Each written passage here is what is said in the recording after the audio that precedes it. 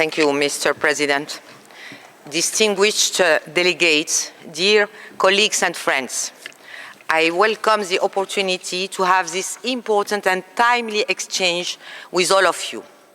Let me first express my deepest sorrow and outrage at the unprecedented suffering and harm being experienced by children worldwide. Violence against children continues to be exacerbated by multiple and overlapping crises, including conflict, poverty, food insecurity, inequalities, the climate crisis, and the huge forced displacement of children.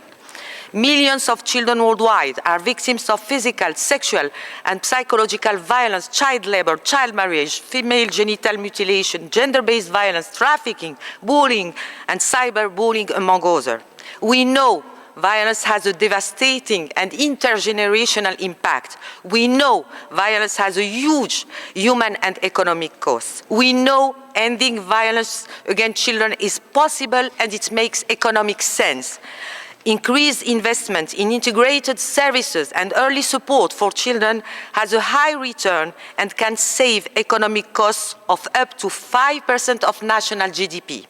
There are many good examples of member states increasing investment in cross-sectoral services to ensure child protection and well-being.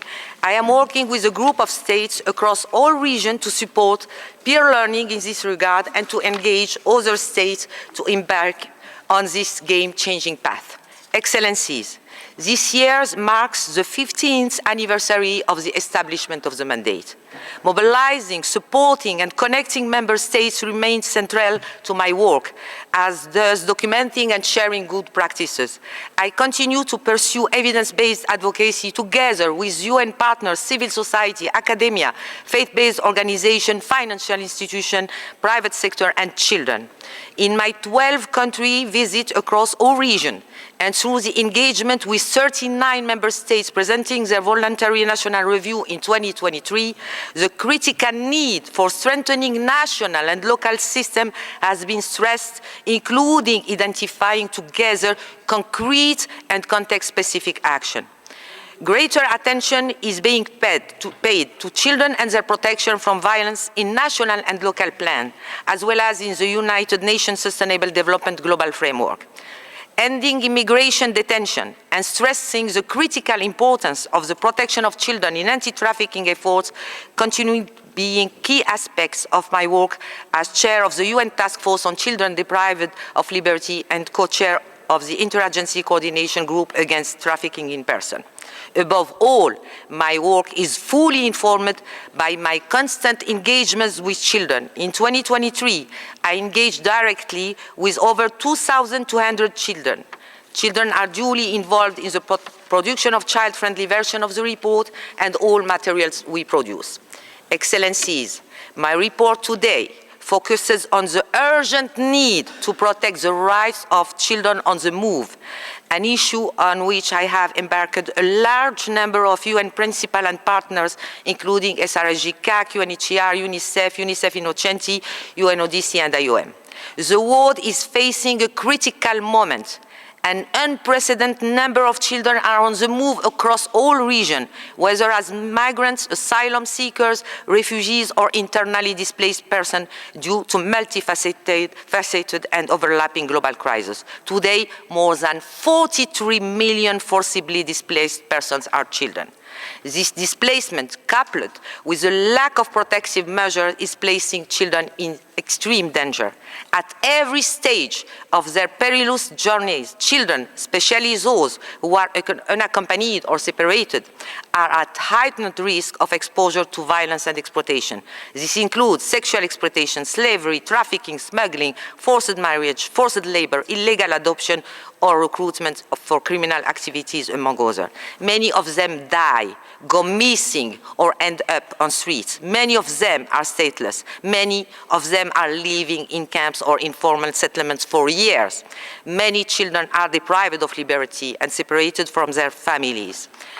They experience fear, anxiety, mental health problems, increased risk of self-harm, and an aggravated sense of hopelessness with a severe impact on their development and well-being. Excellencies, while important steps to ensure the protection of children on the move around the world have been taken, measures to date are not sufficient. Humanitarian and protection systems are under high pressure. Too often, children suffer from a lack of access to essential services on the basis of their legal status, location, or other factors.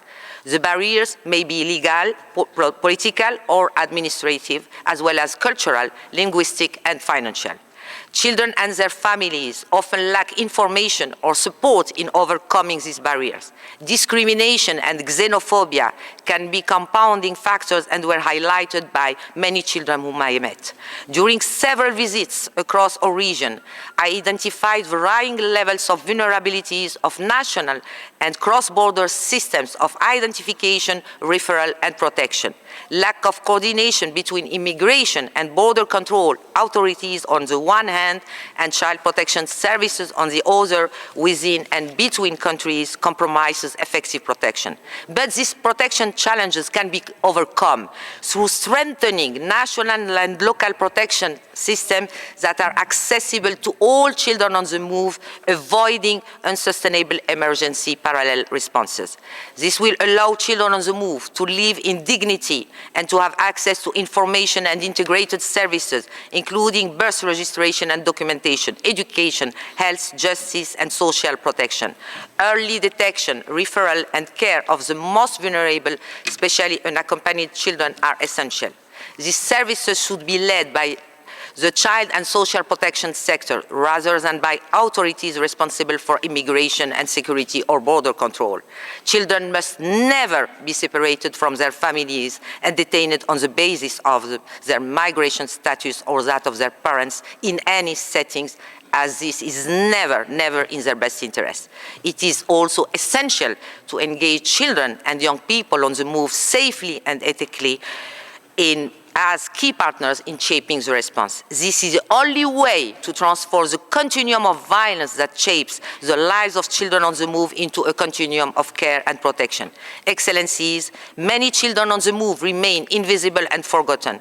The protection of children on the move is needed more than ever. They are first and foremost children, and their rights move with them. Let me conclude with the powerful words of a refugee girl I met. As a 6-year-old, I prepared myself to be sent back to the war zone. I used to have nightmares and fear for my life. How could adults tell me that I don't deserve safety when I had no choice but to leave? You all need, she told, to gain my trust again and the trust of all children.